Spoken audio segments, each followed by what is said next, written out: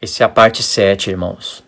E vindo, evangelizou paz a vós outros que estáveis longe e paz também aos que estavam perto. Aqui o apóstolo Paulo está fazendo uma soma tão grande do profeta Daniel, do profeta Zacarias, na altura do capítulo 8, pegando o capítulo 9 e 10, e do profeta Oséias, que vocês não têm noção.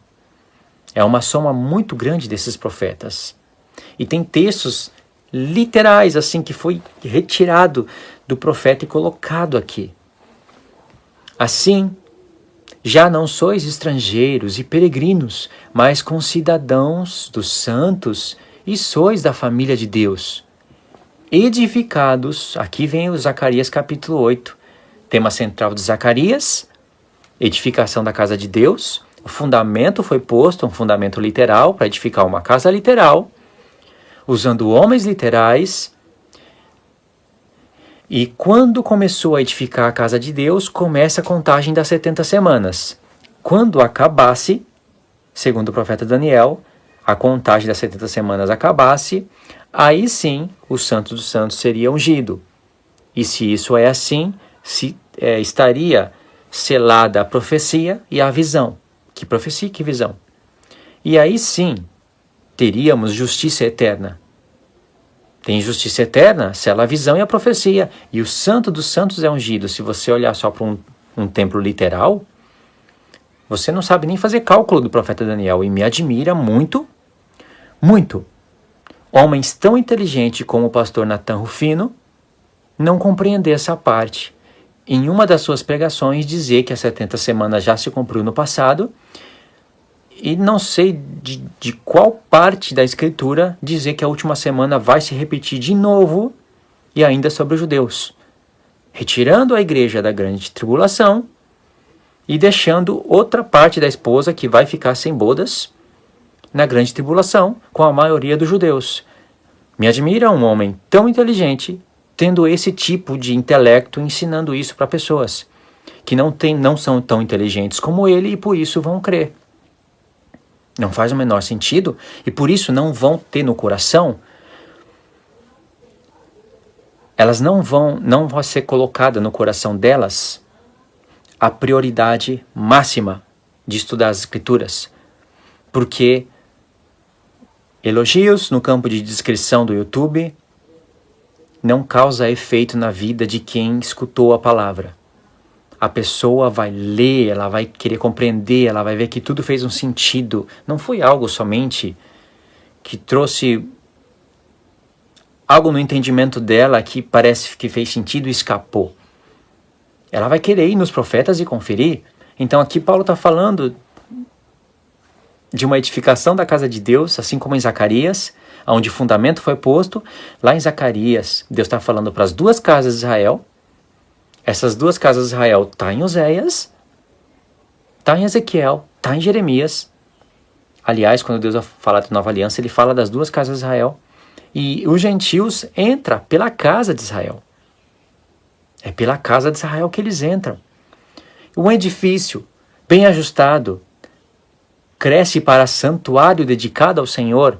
O santuário é a igreja, não é? Todo mundo não fala, não repete isso? A igreja é o templo de Deus, que estava figurado nos templos passados. Entendeu a questão da timeline das 70 semanas? Quando você lê o profeta Zacarias, você está lendo ele em cima de uma timeline. Querendo você ou não, sabendo disso ou não, você está lendo em cima de uma timeline. E a timeline é 70 semanas. Quando você está no profeta Daniel, olhando para as 70 semanas, falando, desde quando foi dada a ordem, o decreto para edificar Jerusalém e a cidade, haverá 70 semanas. Então, isso, aquilo, e corta, você vai estar lendo, vai ter que ler Zacarias. Mas o templo acabou no passado, as 70 semanas, não. Então, Deus estava usando aquele templo como figura para falar da nossa edificação. E aí vem uma série de revelação, porque Deus manda, no profeta Zacarias, as duas casas de Israel se esforçarem as mãos para edificar o templo.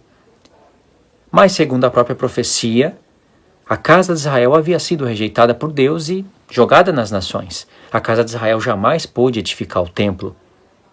A palavra de Deus não pode falhar. Esse vídeo você vai ter que acompanhar os links que eu estou deixando na descrição e depois voltar nele. Vai ser prazeroso escutar esse vídeo que eu estou gravando pela segunda vez. Porque você vai entender o que eu estou falando aqui. Para mostrar a mente do apóstolo Paulo. Quem era esse homem? E tudo isso daqui, ele disse, foi passado para a igreja ensinar. E agora ser conhecido agora dos principados e potestades nos lugares celestiais. Aí Paulo fala, no verso 22, no qual também vós juntamente estáis sendo edificados para a habitação de Deus no Espírito. Para a habitação de Deus pelo Espírito. Habitar no seu templo. Aí vem o capítulo 3. Por esta causa, eu, Paulo, sou prisioneiro de Cristo Jesus por amor de vós, gentios, por esta causa. Paulo entendia que ele estava preso não pela mão do imperador de Roma, de César, mas pela mão de Cristo, para que ele escrevesse essa carta e essa carta rodasse as igrejas. Ele estava preso à palavra de Deus? Não. Aí no verso 2 ele fala, se é que tendes ouvido a respeito da dispensação da graça de Deus a mim confiada para vós outros, se é que vocês entenderam. Mas, aí ele fala, por quê, né? Pois, segundo uma revelação, me foi dado a conhecer o mistério, conforme eu escrevi há pouco, resumidamente, como nós lemos no capítulo 2, só que eu não mostrei de onde ele está tirando as bases literais que firmam o entendimento e faz a gente compreender o que ele está dizendo. Verso 4, pelo que quando ledes, podeis compreender o meu discernimento do mistério de Cristo, porque Paulo fala isso, porque ele sabia que nós tínhamos os profetas, sabia que as pessoas ao lerem os profetas iriam falar, olha, Paulo tirou isso daqui, isso daqui, isso daqui, mas por que ele tirou isso daqui, isso daqui? Tinha que somar. Por que ele catou isso daqui, isso daqui? Olha, ele veio e evangelizou paz aos gentios que estavam longe, isso está em Zacarias, está em Isaías, porque tem que somar.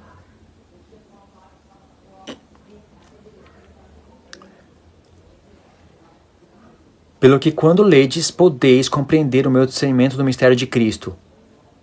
Se quando eu leio a carta de Paulo eu posso compreender o discernimento do mistério, por que tem pessoas que leem e não compreendem se o Espírito é o mesmo? Porque Deus não revela para quem trabalha para sustentar a doutrina de homem. Deus não revela. Pode estar na mídia. Pode viver dos dízimos que tiver na sua frente. Pode falar da santificação do Espírito da maneira que for mais linda. Deus não revela. Porque assim como esses homens, e esses homens eu cito o nome, Augusto Nicodemos Hernandes Dias Lopes, esses são os maiores. Os menores, José Mabessa, e tem as réplicas aí dos canais, né? São réplicas do mal, da mensagem que bloqueia a mente. Posso citar também 2 Dedos de Teologia, Firmeza da Verdade. Se você ficar focado e tentando reter o que é bom em 2 Dedos de Teologia, a única coisa que você vai conseguir na sua vida é a firmeza da mentira. Atenta para o dedo de Deus. O dedo de Deus, atenta para ele. Foi ele que escreveu os mandamentos de Deus em tábuas de pedra. E se Deus, sendo presciente, sabendo de tudo o que iria fazer, quando escrevia os seus mandamentos em tábuas de pedra, para deixar um testemunho, por isso que se chama pedras do testemunho, tabernáculo do testemunho, véu do testemunho, arca do testemunho, por isso que o escritor de Hebreus escreveu a carta. Falando do testemunho, Moisés foi fiel em toda a casa de Deus para testemunho das coisas que haviam de se anunciar. Você pensa que você entende Hebreus, mas você não entende. Você entende parcialmente. Eu posso pôr aí 20% da carta. Você conhece o que é tabernáculo do testemunho? Responde sim ou não. Se você respondeu que não, então você não entende o que Hebreus está falando. Se Deus escrevia com seu dedo, então, enquanto ele escrevia, ele pensava. Eis que vem dias em que eu vou escrever a minha lei no coração do homem, dos gentios, das nações, daquele que, com a sua escolha, escolheu bem. Porque eu tomei os céus e a terra como testemunha, coloquei o bem e o mal, a bênção e a maldição, e falei para o homem escolher o bem. Se eles escolheram o bem que o meu filho fez, se o meu filho não faz nada, ninguém escolhe nada. Eu tenho que parafrasear tudo, Porque isso que eu estou falando é real, é verdadeiro. Eu vou escrever a lei no homem. E esse homem, na profecia, é a casa de Israel, por onde entram os gentios. Atenta para o dedo de Deus, não atenta para 2 dedos de teologia. A firmeza da verdade está nas cartas de Paulo, nos estudos. Eu, como aqui no canal, como ensinando vocês, tenho que recomendar para vocês as cartas, os profetas, a lei. Porque o meu Senhor, na vida de ressurreição, viveu nisso.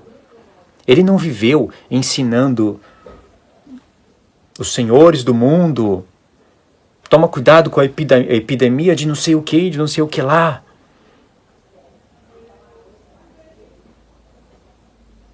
E tantas outras coisas que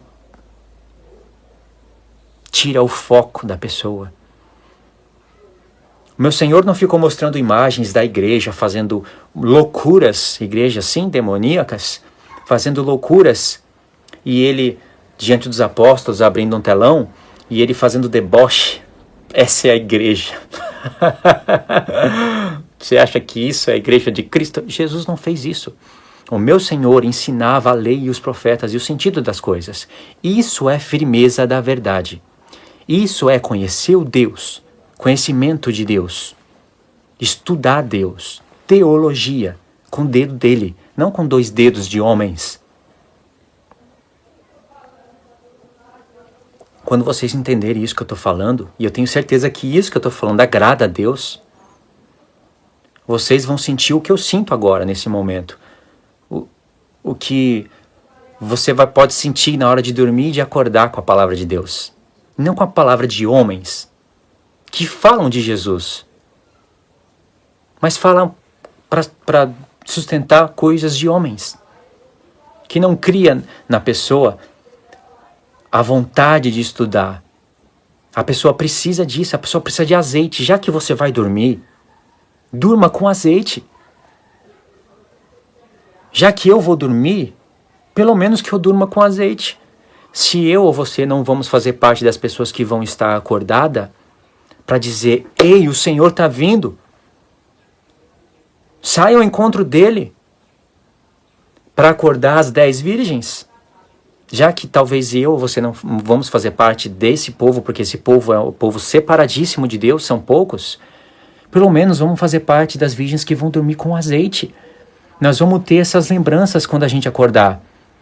Vamos escutar a voz do Senhor, Ele está vindo. Olha os sinais, olha agora quem está dominando o mundo. Quem é que estava certo? A igreja foi tirada da grande tribulação? Quem é que estava certo? Nós vamos ter lembranças dos tempos que a gente estudou, das profecias. Não vamos ficar confusos naquele tempo terrível. Por isso que a parábola das 10 virgens veio para ilustrar Mateus 24. E na parábola das 10 virgens, ninguém estava no céu nas bodas. Então nós vamos acordar com azeite. E vai ser um tempo confuso. Quem vai estar na terra? Dependendo do tempo, o falso profeta, a grande Babilônia, a besta. E se passar de 3 anos e meio, o dragão já vai ter dado poder para a besta, o seu trono. Nesse momento, você acha que nós vamos poder ensinar a igreja como nós estamos fazendo agora? Ensinar as virgens loucas que acordaram? É verdade, Jesus vai vir, mas não sabe nem para o que seguir, o que fazer? Não vai ter como dar azeite. Na hora que essas pessoas que dormirem querer agora pagar um preço, porque elas viveram aprendendo que é tudo pela graça, quando querer pagar o preço, porque Jesus falou, vai, Jesus deu instrução, pelo menos Jesus deu testemunho que as virgens eram prudentes. Então foi prudência falar, vai agora comprar, pagar o preço aos que vendem, porque senão vai faltar para nós. Quando elas forem agora pagar o preço, não dá. A porta vai fechar. E as prudentes entraram para as bodas. Não tem ninguém ali fora da grande tribulação. Olha só onde essa mensagem foi. E agora dá para voltar aqui em Efésios 3. Podemos compreender as coisas que Paulo fala. Eu vou fazer mais um vídeo, irmãos, e nesse vídeo a gente finaliza a mensagem, tá? Parte 8.